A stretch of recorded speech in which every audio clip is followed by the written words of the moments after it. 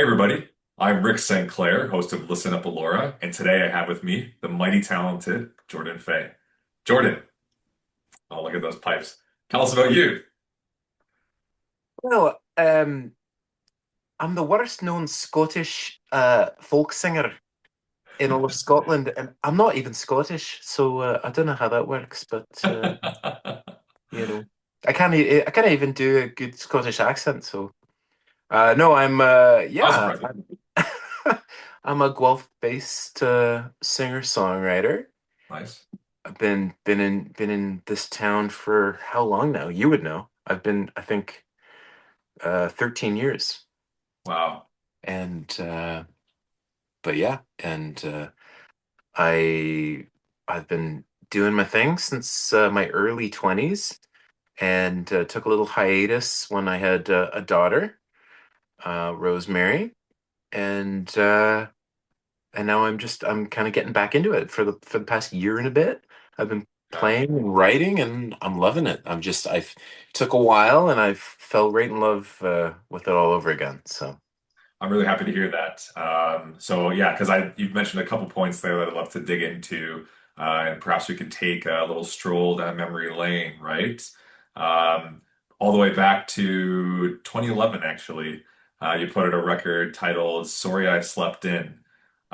Listening to that record, I loved it, and I remember when it first came out.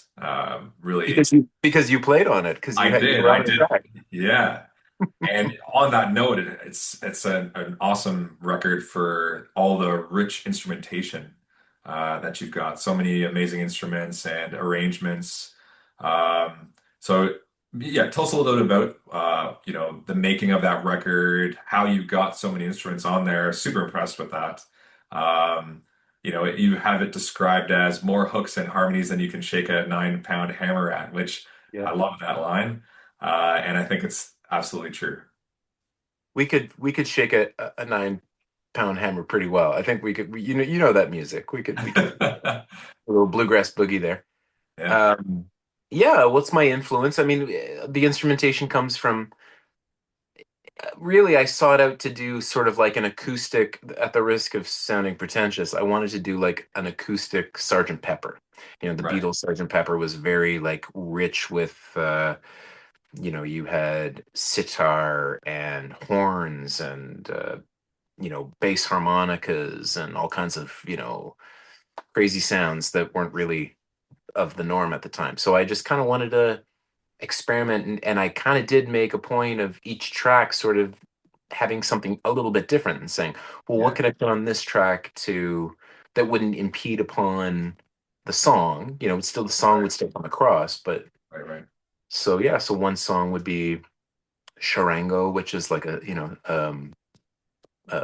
Ecuadorian, well, South American, Central America instrument, Yeah, um, and bouzouki, yeah.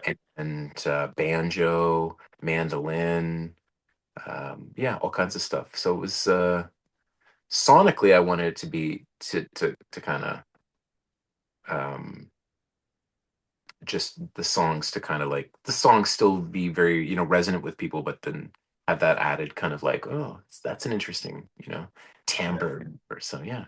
Sure, sure. So let's get specific because that was great, but I want to get into some detail. So, in the self-titled song "Sorry I Slept In," there's some eerie sounds, screechy sounds around the 1 minute mark. What is that we're hearing? That's me playing a saw with a bow, Okay, and just kind of, right, right. um, not the most sort of, pitch trained kind of, oriented playing or whatever, but yeah, again, it was just like a sound that I thought kind of it just worked with the song, and yeah, it was So kind of nice. It was fun. for listeners who might not be familiar, when you say saw, you mean a literal like hand saw, right? Like a hand saw, yeah, and you just sort of like bend it, and there's a few techniques. I'm definitely not a virtuoso of the musical saw, but yeah, but just like bowing it and kind of bending it to pitches, and vibrating it and wobbling it, got those sounds, and I think it worked out well for the recording. You could have told me that you had won the award for best saw bower at Clifftop Festival or something like that. I would believe you. I think it sounds awesome. So yeah, and then another thing too, like from an arranged perspective in that song, like the 159-minute mark, the song totally changes, and I'm like, whoa, that was cool. It kind of takes me back to a time when people were less interested in pop radio edits and more interested in being creative. Like I really like how you just kind of take the song in different directions, and it's like really musical and interesting. So tell me about like how did you even come up with that idea? Yeah. Like where did that come from?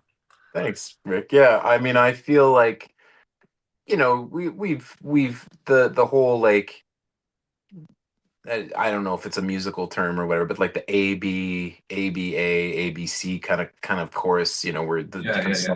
has been done sort of to death. And I feel like a lot of really interesting music has been done where you just kind of like shoe that whole kind of formula. Sure. And yeah, and I guess it was kind of like, there was like a part A and a part B to the song, and I Mm, just kind of like mashed them together. And I don't know, sometimes you hear that in a lot of songs when there's a key change, you're just, oh, what's that? There's this yeah, kind of like, I'd like to say it's a dopamine hit. You just get yeah, that and like, oh man. And so yeah, so it was kind of composed, but to be honest, the first part of the song, I wrote the music. I didn't write the lyrics until a few months before the I actually recorded it, but that music was like I wrote that when I was like 16 or something. wow. And I was just like I couldn't get lyrics together. It was just like it took Right. me forever. And then that other section I'd written after the fact, and I just felt like they kind of worked together. So That's a little bit surprising for such a cunning linguist as yourself. But yeah, I mean, obviously it takes time to kind of develop your art, but your lyrics are always very articulate and like well phrased, and like even the rhyming schemes and things like that. It's just like very rich that way. So very, very poetic and vibrant, your lyrics. That's how I would describe them. thanks, man. Uh, You're no slouch yourself. Yeah, that's okay. Thank you. But another tune that's like a little bit more like straight ahead, but really, really catchy though, is like Blood Moon, right? Mm. That is a banger in my books, and like the melody just gets stuck in your head. I've over the years have caught myself just like singing along to it here and there. Really have always loved that tune. So you do offer a lot of different sort of like styles of songs or like structures of songs for listeners.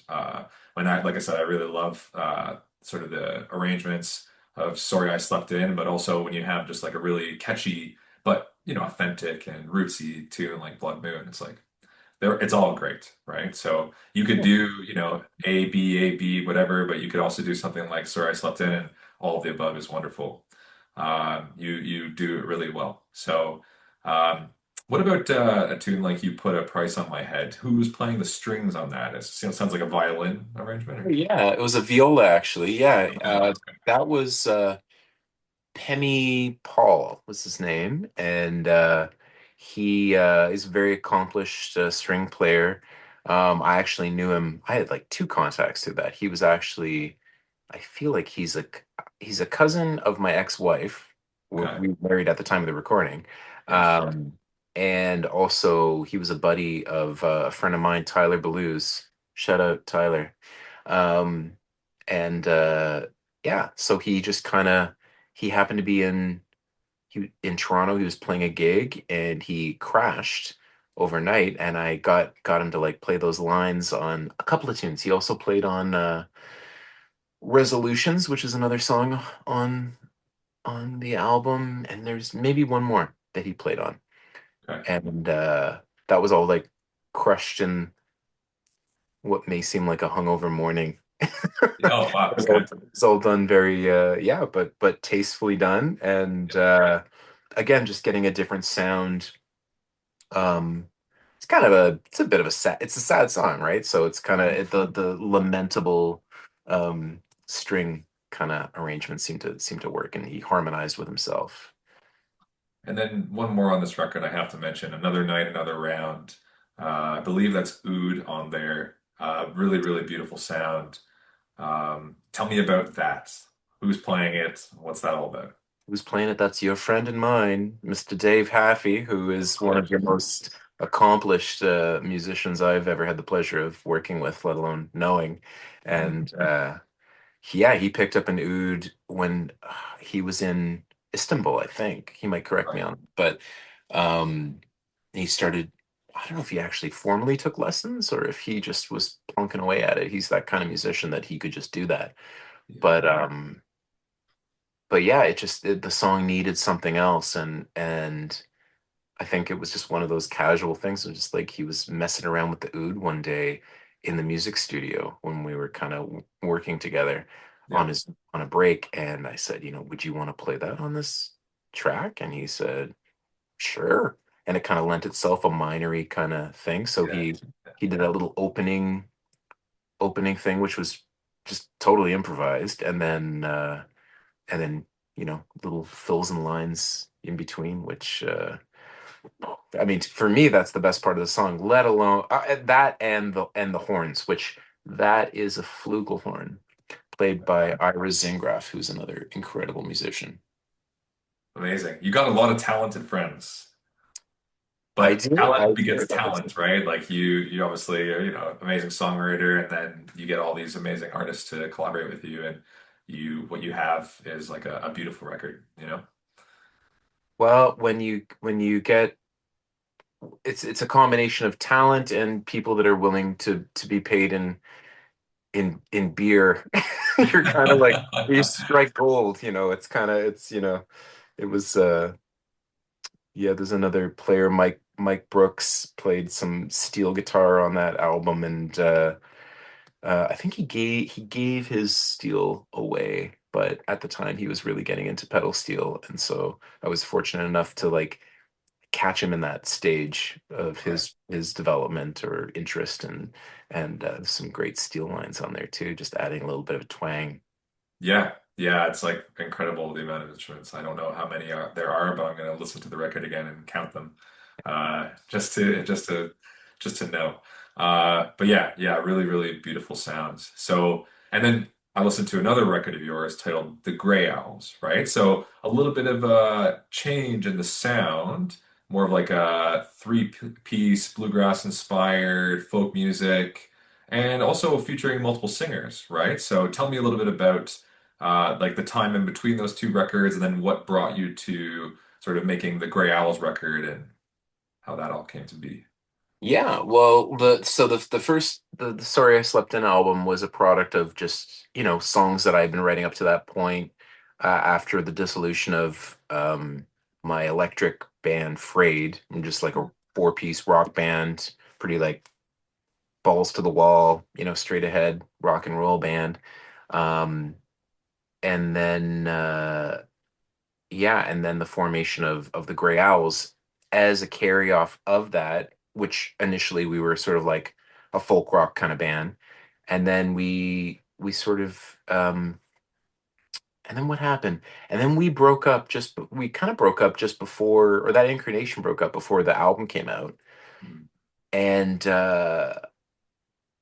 and then yeah, we sort of had I'm gonna be candid, we had like a falling out with the drummer, Okay. so it's Yeah, kind of like, well, happens. how do we get back together without that? And um, Dave Haffey was a member of the band, and he was really playing a lot of banjo at the time. And I Mm. had really just started getting back into the mandolin. We thought, well, why don't we just do let's just do a bluegrass trio. Let's just keep going with the three guys. So it was Dave, Brian Scarth, and myself. And so yeah, so we just kind of retooled some of the tunes, and then we wrote some new ones that kind of just worked in that vein, that kind of genre, and then we started covering old, you know, I mean, you name it, like Hank Williams and Erland Scruggs and Don Williams, Utah Phillips, all these great tunes as well. They say that necessity is the mother of invention, right? So Yeah.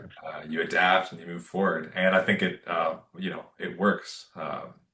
Both records are amazing, and you just kind of go with the flow. And I think that, a record is sort of like a stamp in time, right? It's like and so the environment that you're in or the circumstances you find yourself in sort of change and shape the music you make, right? I can certainly relate to that, having played in many different bands over the years, from my youth to now, like trying different genres and everything like that. And it just depends on who's around. Growing up in a small town, not a ton of artists, so you kind of play music, that there's a scene for or whatever, and you often end up liking a lot of different music. There's never enough time, right? Like I'd love to play, surf rock or something like that, and just play Yeah. lead guitar again, which, I mostly played, electric guitar. From me from when I was a kid, right? But Right. you know, uh, eventually just got into folk because, again, out of necessity, right? Rock bands kind of fell apart, hard to find vocalists and all these things. So yeah, and yeah, so I totally relate to that. And I think it really works, though. It just goes to show that as a musician, if you can adapt and, go with the flow and kind of, you know, create different sounds, that you're versatile and you can, you know, create something amazing with in any format, any genre. Yeah, I think so. And then you benefit from, I mean, we did harmonies in the electric, version of the Gray Owls, but when you strip down your, you know, acoustic, there was a lot more attention to those harmonies because of that bluegrass Right. folk tradition. We really honed that. And then Dave was really not a singer up until that point, and then we are kind of like trying to get him in. Let's do a three part. Let's do a three part. Yeah, yeah, So he'd come in and do it, and so it's kind of like we all kind of grew through that. Um, and it was fun. It was kind of like, bluegrass is um, characterized by its virtuosity. You know what I mean? A lot of that. We had that kind of, I mean, Dave, obviously virtuoso, but we had that sort of loose tightness, which I really love. I love hearing yeah. bands that are like tight, but there are moments where it seems like they could fall apart any moment. And then, Sure. oh, and then they're walking that tightrope and then they regain their balance. And I think that Yeah. we've definitely had more than our share of gigs where we had those moments, but it's fun, and yeah. Well, that's what makes, music fun, and human, right? Like you have some natural push pull and some energy. Like, if you want to hear everything like perfect to a click, you could listen to either, like hardcore death metal or electronic music, right? And that's going to be just like right bang on the beat. But certainly for folk music or even rock and a lot of different genres, like you want to have some of that human element, that push pull, that feeling, some rubato, some speed up, some slow down. You can think of tons of examples. Just go through the library of Alan Lomax and listen to some field recordings. And, the music wasn't meant to be square and danceable when it first started. It was old time music was all about just kind of feeling and telling a story, right? Or listen to Led Zeppelin, right? Like they're kind of, you know, playing to their own beat, or whatever Bonham's doing, right? Just kind of Yeah. follow and play to that energy.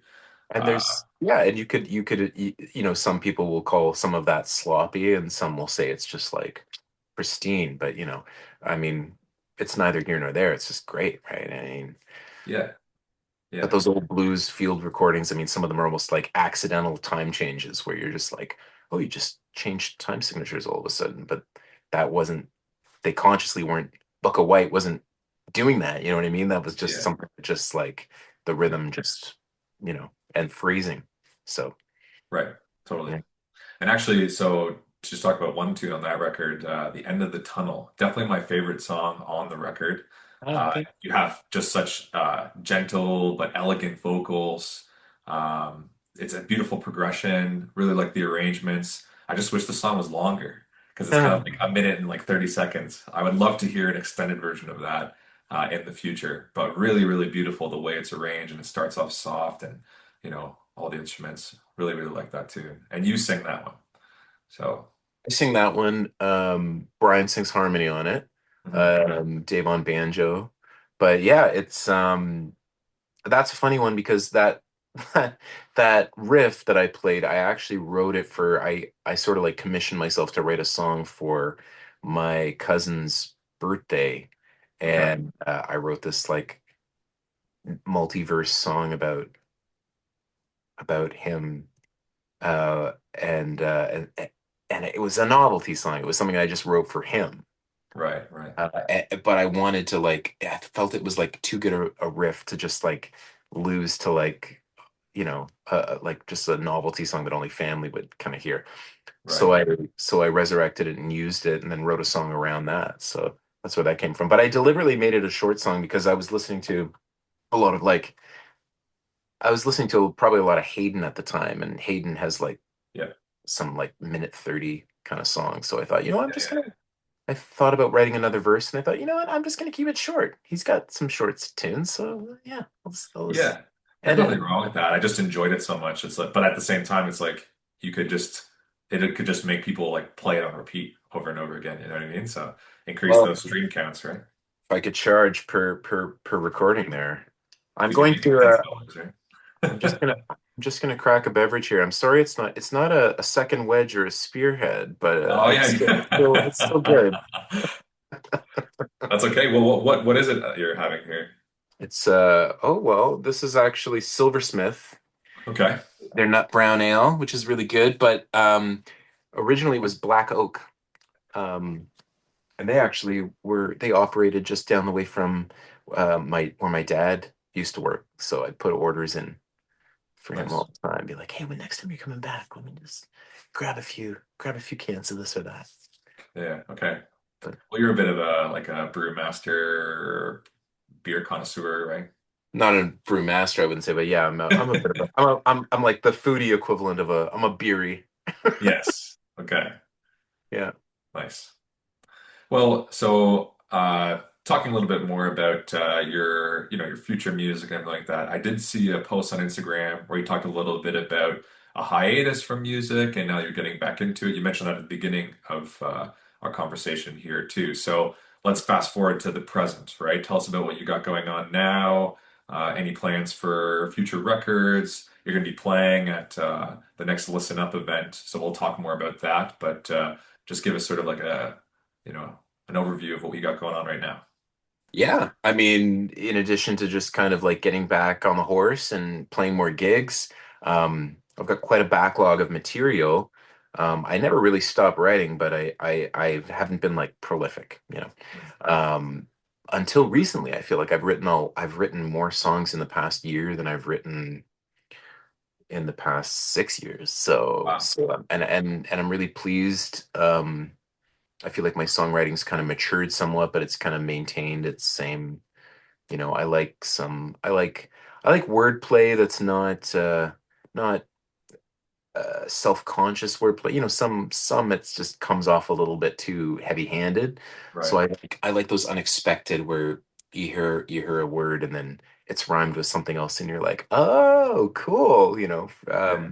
So I can think of a few of those examples, but so trying to keep up that sort of standard and unpredictable chord progressions as well, which I always love. It's kind Yeah. of my influences. I mean, I feel like I have a lot of tastes from jazz to folk to Hmm. pop to, you know, and but yeah, just like unpredictable chord progressions have always been kind of something that I really always strive to kind of like um have I don't not that there's anything wrong with GCD because some beautiful songs have been written with just those three chords. Sure. A lot of Yeah. great songs.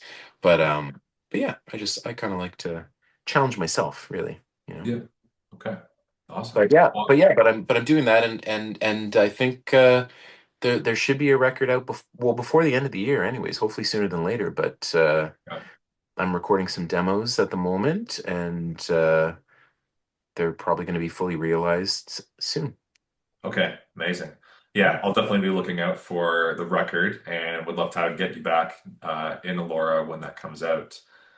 So let's talk about a little bit about, the Listen Up Elora concept, right? So just curious to get your thoughts about that and what you hope to get out of the experience. Think it's a great concept. Yeah, applaud the whole, Thank you. you know, um, thesis, whatever. Yeah. Um, yeah, I think that, there's often times where you're playing gigs and they vary, right? I mean, you know this as well as anybody else that some gigs, you're kind of you're glorified wallpaper, really. You're just Right. there to like increase the ambience of the setting wherever you may be, Yes. and that's fine. And then but sometimes especially when you're if you consider yourself to be sort of a songwriter, which I think we do, Yeah. um, there demands like another level of attentiveness that you don't always get from certain bar Mhm. pub shows or yeah, so it's kind of nice to actually have something where the focal point is the song. Yeah. You're there to hear the song, you're there to hear the message and the lyrics Yeah. and just conversation. And sometimes it doesn't the venue won't necessarily be conducive to um telling a story that leads Right. up to the birth of the song or a Yeah. circumstance surrounding it. So you're kind of, yeah. So it's kind of nice to have that outlet. I completely agree. Like as you know, had been doing like country covers for the past 10 years. And when I just started getting back into writing originals, kind of not feeling fulfilled in my soul anymore with doing, covers and things like that. Um, I released like a demo EP, and it was a great room and it was fun, but again, just didn't really give me that platform that I needed. So that was in November of 2024. And then so at that point, like shortly after that, I reached out to a few different venues around, Center Wellington, seeing where I could, collaborate with other people, reach out to some locals, and nothing really sort of came from that. Had a few like working sessions and time kind of passed, but once I reached out to the Legion, they were really, happy to collaborate. Um, and I'm kind of building off of what I was doing about 10 years ago. And I think you might have actually performed at one of the events that I hosted at the Irish pub, the Shepherd's Crook, Yeah, yeah. right? Yeah. So that was many years ago and did a string of those and listening room type things, right? So, yeah, wanting to bring that to Elora, and I'm really happy to start doing that again. So, um, we're really excited to have you on Friday, February 20th. Is there anything you want the people of Elora to know before you come here? You can drop the socials, websites, anything like that. Yeah, well, I mean, I'll be promoting it and posting some new recordings prior to that. But yeah, I'm going to be accompanied by old friend Dave Haffey. And so it's going to be a treat musically. Um, and yeah, I don't know. I think that that's something that some people who have an interest in the song but might maybe shy away from other venues because it would be too loud or too crowded or too noisy. And Right. so it's like, here you go, here's a place where you can go to like just hang out and relax and Yeah. listen to some good music. And I'm not going to do any 3.5 Springsteen marathon sets or anything like that. So you don't have to bring a pillow. Um, Totally. yeah, but I'm a huge fan of Elora. Um, I have a few friends that live out that way, and anytime I'm there visiting, I love it. It's a great city. It's a great town. It's full of artisans, which is it's my bag, Right. and I think there's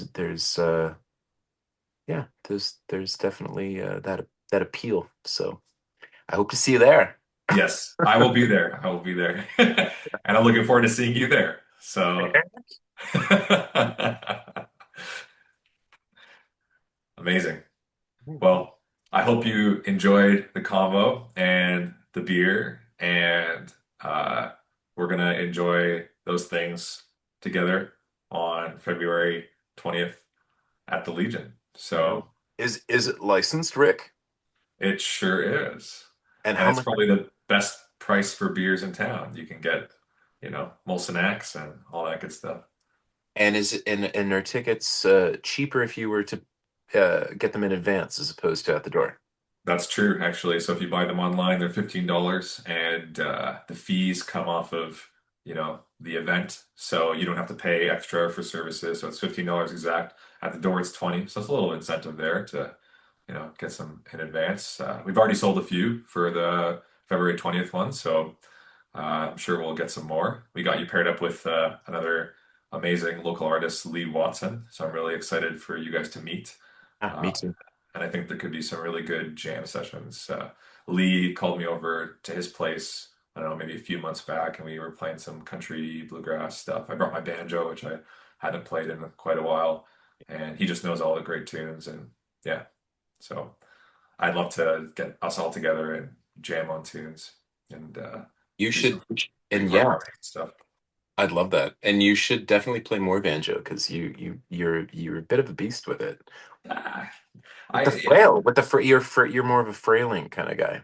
started on bluegrass and then I switched to clawhammer just because I found it easier to like sing and play. And I ended up liking the repertoire more. Like I was really into Chris Cool's playing, and like Lonesome Ace String Band. I've seen that band like probably 30 times, more than any band I've ever seen. Like Yeah. it got to the point where, they would wave hello to me, when I was in the crowd. You know, Any yeah, so I'm restraining like, this orders? is a Any weird guy. restraining or restraining Yeah. orders issued or Yeah, not as of yet. We've made some, music together. John Showman played on my Wildflowers song, right? So that's actually real fiddle. great. It's not Mellotron or anything, although it sounds like that. And I'll tell everyone that that was the first thing after I heard it. I said, "Where did you find the Mellotron?" Yeah. It was John just Dinsmore actually owns a Mellotron too, so he's got all the toys. But yeah, we made it. We made it the real thing. So it's good recording. yeah, Great recording. thank you. Thank you. We went on a tangent there, but yeah. Yeah. I want to make sure everyone knows Jordan Faye, Friday, February 20th, Elora, listen up number two. Please be there, get some tickets. Jordan, thank you so much for joining the call. Thanks for having me, Rick, and I'm looking forward to it. And we'll hobnob a little bit afterwards, and Oh, yeah. who knows? Who knows? Maybe some surprises. Yes. You never know. You never know what's gonna happen. Amazing. Thanks so much, Jordan. Yeah, thank you. All right, take care, eh? You too.